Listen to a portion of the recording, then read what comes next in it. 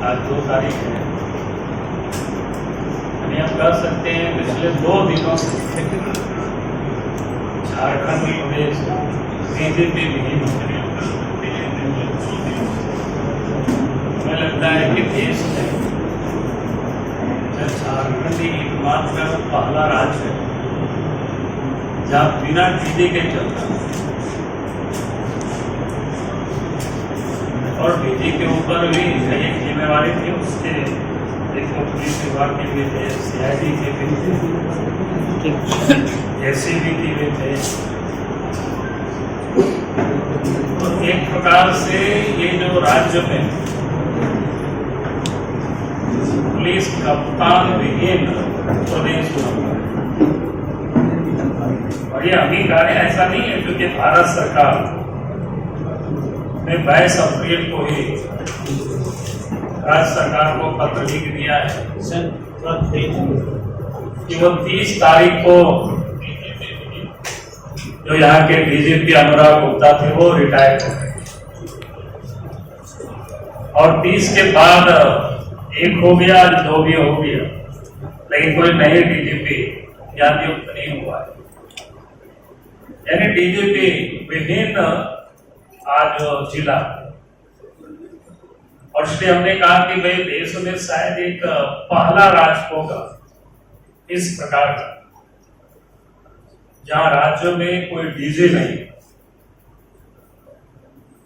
क्योंकि जिनको जिस प्रकार से उन्होंने बना करके रखा हुआ है, तो आज जो भी वो डीजे निर्णय लेंगे डीजे के रूप में, तो बिल्कुल वो विधि सम्मत नहीं होगी, कानून का वो बिल्कुल विपरीत होगा। और ऐसे पदाधिकारी अगर कोई भी निर्णय लेते हैं तो आप समझ सकते हो उसका दूरगामी प्रभाव पड़ता है। उसका निर्णय कहीं से भी युक्ति संगत नहीं होगा, लीगली नहीं हो सकता, क्योंकि लीगली वो आज के तारीख में डीजी वो नहीं है। उसका स्पष्ट रूप से भारत सरकार का जो पत्र है आप सब देख सकते हैं। मैं कह रहा था कि भाई आखिर अनुराग गुप्ता में क्या खूबी है कि उनको अभी भी वो DGP बना के गैर कानूनी ढंग से रखे हो। और ये व्यक्ति के बारे में थोड़ी जानकारी लीजिए। जब बिहार के जमाने में भी उनके ऊपर गया में मगध यूनिवर्सिटी का जो पुलिस स्टेशन है वहां भी इनके ऊपर केस है, वहां तो 420 तक का उनके ऊपर आरोप लगे। जो पुलिस अफसर एक भ्रष्टाचार पक्षपात करने के आरोप जिनके ऊपर हो, गड़बड़ करने का भी आरोप हो, और हेमंत सोरेन ने खुद जब पहली बार मुख्यमंत्री बने तो 24 फरवरी 2020 से लेकर के 9 मई 2022 तक अर्थात 26 महीना तक इसको निलंबित रखा। कोई दूसरे लोगों ने कोई निलंबित नहीं रखा था, हेमंत सोरेन ने रखा। और जो व्यक्ति 26 महीनों तक निलंबन रहा और उसके बाद निलंबन समाप्त हुआ, तब फिर हेमंत सोरेन ने फिर नियुक्ति दिया। यानी जिनको 26 महीनों तक निलंबित रखा, आज उनके प्रति आखिर ये सारे जो प्रेम का क्या कारण है या क्या मजबूरी है उनको डीजी बनाए रखने के लिए जो एड़ी चोटी का लगाए हुए हैं, तो उसका हमने पता करने की कोशिश की। आखिर इस अवसर में कौन सी ऐसी पंख है जिसके कारण से हेमंत सोरेन ने इनको यहां बैठा के रखना चाहते हैं। आप सबको पता है कि झारखंड में ईडी की जांच चल रही है और ईडी ने भी कई एक भ्रष्टाचार की उन्होंने खुलासा किया और उस भ्रष्टाचार में जो भी लोग शामिल हैं उन सब लोगों को के ऊपर प्रोसिक्यूशन सैंक्शन के लिए जो ईडी ने लिखा है उसमें से लगभग 10-12 अफसर, लेकिन आज तक उन सारे मामलों को रखना, आज तक सरकार ने उसका सैंक्शन नहीं दिया है, बल्कि जो ईडी के द्वारा जो गवाहें थी उन्होंने कई एक गवाहों को के ऊपर दबाव डालना, कई के ऊपर तो केस करके जेल में भी डाल दिया ताकि ये जो पेडिकेंट ऑफेंस होते हैं कि उसको समाप्त करना, यानी जो उनके हिसाब से जो बयान नहीं देंगे फिर उनके ऊपर केस करना। पूर्व में भी आप सबको जानकारी है कि ईडी को डेमोरलाइज करने के लिए उन्होंने क्या क्या किया था कि ST/SC एक्ट के तहत यहाँ मुकदमा भी दर्ज किया गया, वो आप सबके संज्ञान में से भी मैं लाना चाहता हूं। तो अब समझ में आता है कि इनके साथ जो अंडर हैंड जो डीलिंग है हेमंत सोरेन और अनुराग गुप्ता के बीच कि आप तो करप्शन से हमें बचाओ, और जो भी लोग करप्शन के विरोध में या करप्शन के लिए लड़ते हुए ईडी को साथ दे रहे ऐसे अफसर, ऐसे लोगों को जेल में डाल देना, उनके ऊपर जो केस मुकदमा है उसको समाप्त करने के लिए दबाव डालना, तो ये आम बात है। क्योंकि जिस प्रकार से इनको डीजी नियुक्त किया है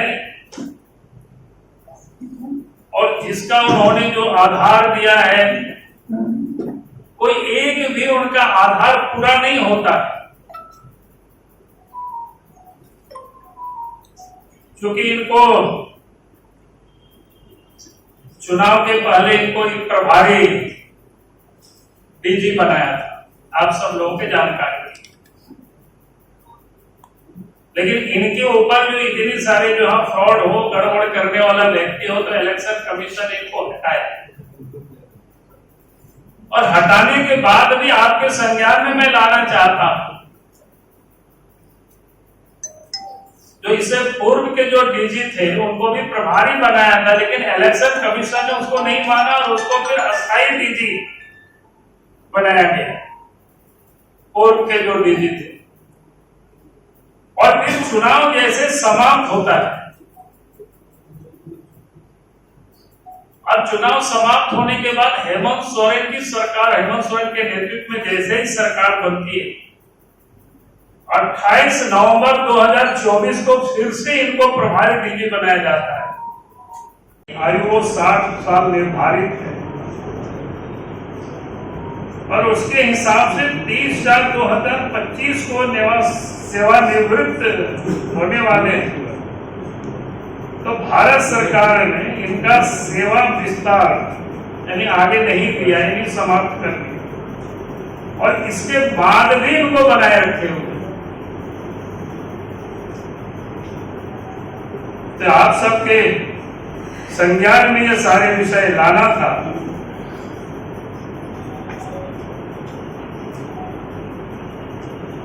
ईडी के गवाहों को तंग करना,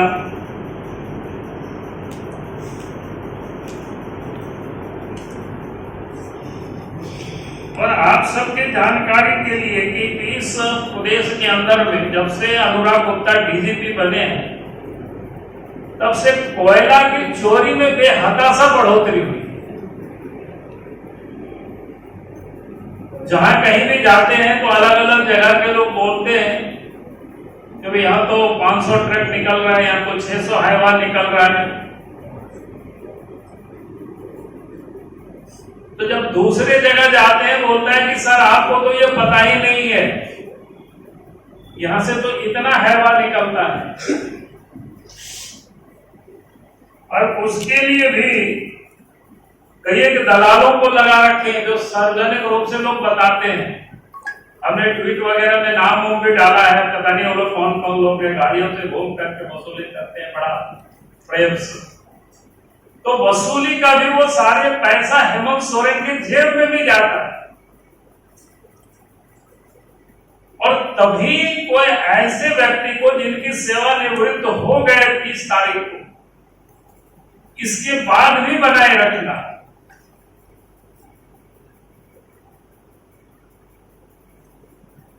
तो ये आप समझ सकते हो कि आज झारखंड बिना डीजी के चल रहा है, तो इस राज्य का क्या होगा। इससे आप यहाँ राज्य में नए डीजी को आप नियुक्त करेंगे, क्योंकि जब तक कोई डीजी नहीं है तो उनके निर्णय को कैसे माना जाएगा कानूनी या लीगल। सीआईडी के डीजी नहीं है, एसीबी के डीजी नहीं है, पुलिस के डीजी नहीं है, ये कैसे चलेगा। और हमने तो तहकीकात भी किया कि भाई देश में भी कहीं कोई ऐसी घटना है कि आज तक कोई भी इतिहास में नहीं मिला कि इस प्रकार की कहीं कोई घटना हो, जो व्यक्ति रिटायर कर गए और फिर उसको बैठाए हुए काम पर। तो आज लगा कि मैं आप सबके समक्ष ये सारे बिंदु को रखा हूं। बाकी मैं डिटेल इनसे कहूंगा कि ये पूरा पत्र की, क्योंकि मैंने खाली आपको बीच बीच का कंटेंट खोल दिया, आपको लिखने में कोई दिक्कत नहीं हो। तो इनको मैंने कहा कि वो पूरा पीडीएफ फाइल ही सबको आप दे दीजिएगा बनाकर, तो आराम से लोग सब लोग लिख। तो मान क्या करना है, नहीं तो ऐसी स्थिति में बाबूलाल जी होना क्या चाहिए, कानूनन होना क्या चाहिए। नहीं, कानूनन तो बता दिया है कि भाई राज्य में रखा हुआ है, केंद्र ने बोल दिया कि हर किसी को पालन करना है, राज्य सरकार को पालन करना चाहिए कानून। क्योंकि केंद्र सरकार तो उन्होंने और कोई आप कहेंगे लेट से नहीं, 22 तारीख को ही 22 अप्रैल को ही केंद्र ने भेज दिया। तो बचाव का क्या है भाई, टकराव की ऐसी स्थिति में फिर क्या विकल्प होगा। नहीं, बाकी वो केंद्र देखेंगे, वो विषय मेरा नहीं है। लेकिन मेरा कहना है कि आज की तारीख में तो यहाँ कोई डीजी नहीं है, बिना डीजी के चल रहा है। एसीबी बिना डीजी के, सीआईडी बिना डीजी के, पुलिस बिना डीजी के। और फिर ये डीजी किस हैसियत से यहाँ मीटिंग कर रहे हैं। कल भी शायद मीटिंग किया था, बड़का प्रेस रिलीज जारी हुआ तो वो हमारे हाथों में वो भी आया, तो मैंने देखा कि भाई किस हैसियत से मीटिंग कर रहे हैं। थोड़ी तो शर्म आनी चाहिए। आज जो लोग कानून की बार बार बात करते हैं उनको तो थोड़ा आना चाहिए कि भाई आप कानून नहीं पालन करोगे। कोई झारखंड, देश से झारखंड कोई अलग नहीं है, इससे कोई रिलेशन नहीं है ना। अब तो भारत सरकार ने उनकी सेवा समाप्ति का पत्र डाल दिया, राज्य सरकार ने पुनर्विचार का एक पत्र भेज दिया। उससे क्या होता है भाई, आज तो उनके कोई उनको स्वीकृति तो नहीं दी गई है। 22 तारीख को एक पत्र सरकार ने लिख दिया है राज्य सरकार को, चीफ सेक्रेटरी को। आप चीफ सेक्रेटरी को जाके पूछिए, जब 22 तारीख को ही आपको पत्र आ गया, उसके बाद ये कैसे काम कर रहा है, कैसे किस हैसियत से डीजीपी यहाँ काम कर रहा है। कोई भारत सरकार ने कोई स्टे ऑर्डर नहीं दिया है, इसलिए कोई विषय ही नहीं है बात करने की।